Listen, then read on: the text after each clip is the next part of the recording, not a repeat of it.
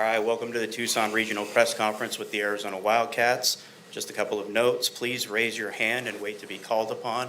We have a microphone with Katie Vick over here that will hand you your microphone before the question is asked. Today we have head coach Chip Hale, shortstop Mason White, and pitcher Cam Walty.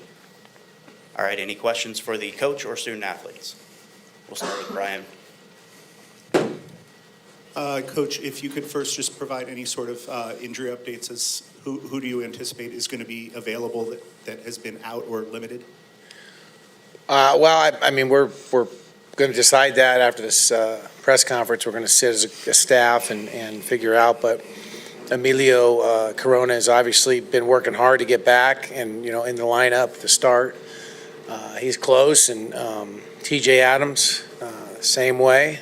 They're both on the fence, whether we carry both of them on the roster or add another pitcher, because we have 27 for this tournament. So that's about as deep as I'll go into it.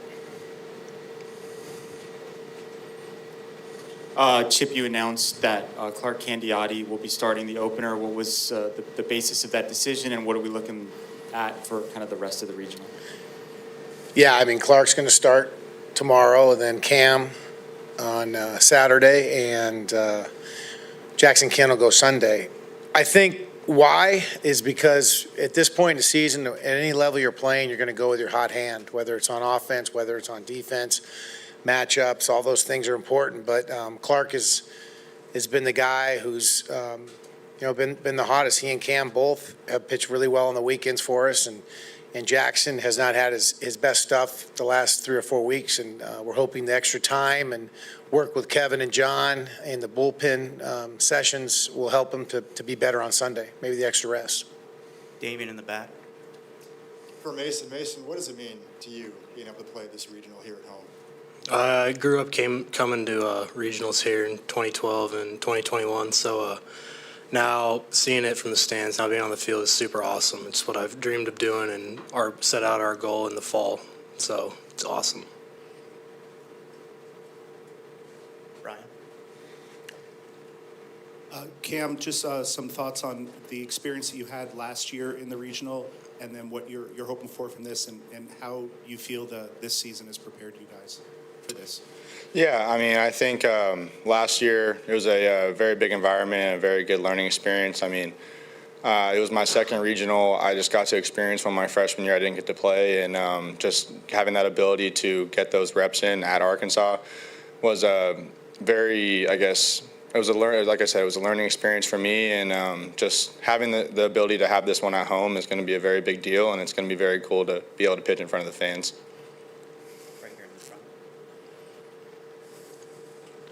Mason, just to follow up on last year's regional, you had a good performance in that. What can you take from that into this year's postseason? I think it's being comfortable under pressure and being comfortable on a big stage, especially last year on the road against two really good teams, and Arkansas is also there. But being comfortable and now being at our own park, just playing baseball, not being too worried about the circumstances. Okay, we'll go to Brian Peterson on our side when the mic gets there. Chip, you've talked about Grand Canyon a little bit earlier in the week, but just the overall familiarity that both of you guys have with each other. Does some gamesmanship have to happen where you have to maybe try to do things differently, like both sides, or do you just play the team that you are and just hope that it works out best? Well, I think you just have to play to your strengths. They're going to play to their strengths. Execute, we can't give them extra outs. We know how good they are. They're very tough with 2 strikes. They're going to put the ball in play. We're going to have to make all the routine plays. I think the teams that win at this point are the ones that do. They execute. They don't give the other team extra outs, and they just play within themselves. We're not asking anybody to do anything they can't do. I have a couple questions for Cam. Cam, what do you remember about the first time that you pitched in this ballpark? That would have been my sophomore year. I think at the time, it was coming here. It was like we knew they were obviously really good that season, and I think it was a cool experience. Really, I think I hadn't really experienced pitching in a park this big at the time, and so just to kind of have that environment in its own, whether it was packed or not, it was just kind of a cool experience, and yeah, I'm grateful for it. What went into your decision to transfer, and how has it worked out for you? Well, our coach had made a decision to go somewhere else, so that opened the opportunity for me. And I had looked at coming here out of high school, and so it was kind of a no-brainer with the staff they had now. And what was the second part? And how has it worked out for you? Oh yeah, it's been amazing. I think the staff we've done really well, and the coaching staff has put a big, I guess, emphasis on just the morals and whatnot of this team. And so we've had a really good year so far, and it's all for the staff. Chip, you almost kind of giggled there when asking about the first time with Cam. I mean, thinking back to that this guy kind of dazzled you guys, Yes. your lineup, and then to have that opportunity to bring him in. I mean, did you see back then the potential in him? Yes, no doubt. I mean, he cut through a really good lineup. That was a heck of a lineup that he cut through and made us, I think we played 4 games and we won 3, and he was the one who beat us. So they had a couple guys that were very impressive, but he was definitely the guy when the portal opened and he was there. We were excited to have a chance to have him. He's done nothing but do that for us. He's pitched when he was not feeling 100% last year at times, and this year I think that's one of the keys. He's been healthy. He's a strike thrower, and he's pitched our biggest games of the year. Mason, you attribute a lot of your success throughout your career to your former South Point coach, Vic Acuna. What's your relationship with him, and just how has he helped you get to this point and make such an impact as only just a sophomore? He taught me lessons at a young age that I now still use to this day, like discipline stuff, being on time, the way I approach drills every single day. So doing that all through high school, it's really led up to where I am now. And so now being familiar with like a college atmosphere, a college level program, I think he really created that environment for me first at South Point. So when I got to school, it made it really easy to transition, where other freshmen were having to change and learn new things, where he was hard on me enough to, when I got to school, it was just an easier transition for me. Right here in the gray. All right, I just have a couple questions for Cam, if I could. So you've pitched deeper into games this season than you did last season. Just kind of how have you handled that extra load this season? I don't think anything really changes. I think the amount of pitches that we throw are still the same. It's just the amount of time that we throw in the game. I think the main thing for me is just being able to still be effective. And that's what's allowed me to go into the games deeper, is just trusting my stuff and having the ability to prolong it pretty much into the games and allow me to go longer. Okay. And I just wanted to ask you how you reflect upon the fans here at High Corbett. How much of an advantage does it give you to host the regional here? Oh, it's a huge advantage. There's a big advantage swing, and just like a momentum swing is with them because they're always behind us. And so it's they're very loyal. And so having that behind us and just having any ups or downs and they're still behind us and cheering is just a big advantage. Damien in the back. Mason, back to those memories. What are your fondest memories of watching Wildcat Regionals here at High Corbett? I think honestly it was when they won the Super back in 2020 and 2012.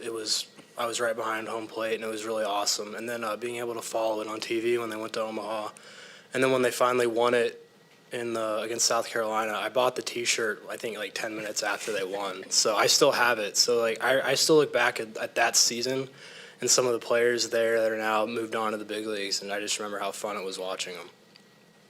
Michael in the front. Cam, how would you describe how your role has evolved this season? I think it's pretty much just being able to adapt in a way. Obviously, we started in the bullpen, and we had kind of like almost a question mark role where it's like we didn't know if we were going to be like long or if we were going to come in for 3 innings or whatever it was. But I knew that no matter what it was, I was going to be ready, and we had prepared for that. And so when I got thrown into the starting role, I had obviously been there before, and so just kind of trusting what I've already done and my ability. And so that was the easiest way for me to adapt to that. Did it cross your mind at any point that you would come in for Tonko in that San Diego game, kind of help the team out, and then you handed the ball to him in both the Oregon State and USC games, maybe kind of the symmetry there? I think it just shows kind of what I just said, the adaptability. I think we're both able to fit those same roles. And so with him being able to start at first and me coming after him, it kind of just swapped the roles, and it turned out very well for us. And one more question for you about that last game. Usually the lineup, when they see the pitcher second and third time, like they get better. That game was kind of the reverse of that. They were hitting you fairly hard early. what adjustments did you make in the course of that game, and how did you kind of keep them at bay Yeah. to the eighth? Me and Vance we go over it a lot in the dugout in between our half when we're hitting. And so we were having a lot of conversation about just how we felt, if we had certain strengths that we felt where we were pitches we were throwing better, and just kind of how different ways to approach those hitters. Because we had obviously our original plan, but sometimes it just depends on pitchability and our ability to execute that kind of skews that. And so just our ability to kind of make adjustments, whether people were off the plate or on the plate, things like that, pitching to where they are and our strengths was our best way to go about that lineup a second time and the third time. For Chip and for Mason, GCU is going to be starting a left-handed pitcher, and lefties has been a struggle for a good part of the year, maybe particularly the crafty lefties, so to speak. But what kind of adjustments and preparations do you have to do to handle preparing for a left-handed pitcher? Go ahead. I just trust Toby. Just look at the scouting report and look what he tells me to look for. It's not much more than that. And I know I'm the matchup guy with the lefty because it's what everyone does. So I'm used to it. You saw how it worked out in a few of these series, but it doesn't change like righty or lefty. I'm not. It's the same at bat as I'd take against a sidearm righty. I just look in different zones and take the approach that they give me.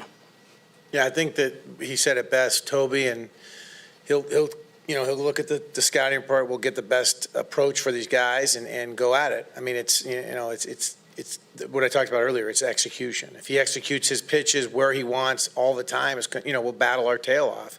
But good hitters hit mistakes, and when he makes a mistake, we have to be ready to hit it.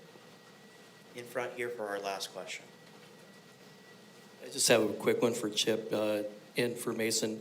What do you remember most about Coach Kindle when the postseason came? What was he like? Was he different than before the earlier games? What do you remember most about him? Well, I think the biggest thing, and I've tried to talk to our team about it, he had a very calming effect on us.